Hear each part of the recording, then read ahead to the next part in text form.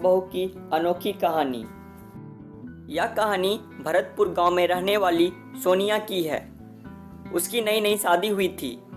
वह अपने नए घर मतलब ससुराल में जैसे ही प्रवेश की कि उसे कुछ भी अच्छा नहीं लग रहा था, क्योंकि उसकी सास मंजुला हमेशा उसे हर बात में टोकती थी और कुछ न कुछ उसके विरुद्ध में बोलते रहती थी। उसे अपने पिता रमेश जी का घर याद आता था। हर पिता के समान उसके पिता भी उससे बहुत प्रेम करते थे। बचपन से जवानी तक रमेश जी ने अपनी बेटी की सारी ज़रूरतें को पूरे किए थे और बहुत प्यार से अपनी गुड़िया को पाले थे। सोनिया अपनी सास के रूखे व्यवहार के कारण परेशान हो गई और कई बार तो वो अपनी सास को खरी खोटी भी सुना देती थी, जिसके कारण घर में बड़ी ही असमंजस की परिस्थिति हो जाती थी। एक दिन की बात है, सोनिया अपने पिता के घर लौट आई और रो रो कर पिता से कहने लगी, पिताजी, मैं अब उस घर में नहीं जाऊंगी, यहीं आपके पास रहूंगी।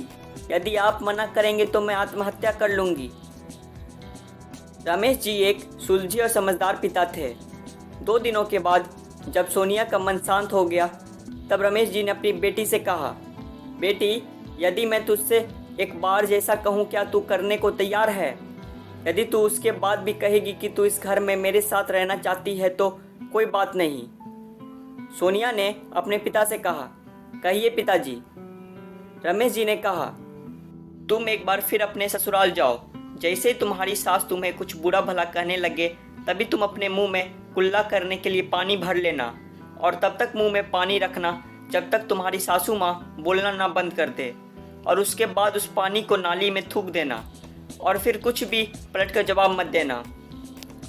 सोनिया को कुछ समझ में नहीं आया, लेकिन वो तैयार हो गई और कही, ठीक है पिताजी, मैं ऐसा ही करूँगी, लेकिन याद रखिएगा यह अंतिम बार होगा जो मैं उस घर में जाऊँगी। अगर इस बार भी बात नहीं बनी तो मैं कभी वापस वहाँ नहीं जाऊँगी। ठीक है बेटी, जैसी तुम्हारी मर्जी, रमेश जी मुस्कुराते हुए कहते हैं। अगले दिन सोनिया अपने ससुराल आ जाती है और जब भी उसकी सासू माँ कुछ कहना शुरू करती, तुरंत सोनिया मुंह में पानी भर लेती और जब तक वह बोलना बंद नहीं करती, तब तक सोनिया पानी अपने मुंह में रखे रहती थी। धीरे धीरे कुछ ही दिनों में सासू माँ का व्यवहार सोनिया के प्रति नम्र हो गया। वो सोचने लगी कि कितनी अच्छी बहू है, पलट कर कोई जवाब ही नहीं देती और गुस्सा भी नहीं होती। अब वो सोनिया को मन से बेटी मानने लगी और उसकी तारीफ भी करने लगी। कुछ दिनों में सासू माँ का प्रेम भरा व्यवहार देखकर सोनिया भी अपनी सासू माँ को माँ के जैसा प्रेम करने लगी। दोनों एक साथ खूब बातें करती, साथ मार्केट घूमती और सब कुछ साथ साथ ही करती। कुछ दिनों के बाद सोनिया के पिता अपनी बेटी से मिलने आए। घर के सभी लोगों ने रमेश जी का खूब अतिथि सत्कार किया। फिर जब रमेश जी अपने घर वापस जाने लगे, तब अपनी बेटी से कहा, बिटिया चलो, यदि तुम मेरे साथ चलना चाहती हो तो अपना सामान पैक कर लो। तब सोनिया ने कहा, नहीं पिताजी, अब यही मेरा घर है। मैं अपनी सासू माँ से बहुत प्रेम करती हूँ और अब मैं इन्हें किसी भी कीमत में अकेला नहीं छोड़ूंगी। यही मेरी माँ है।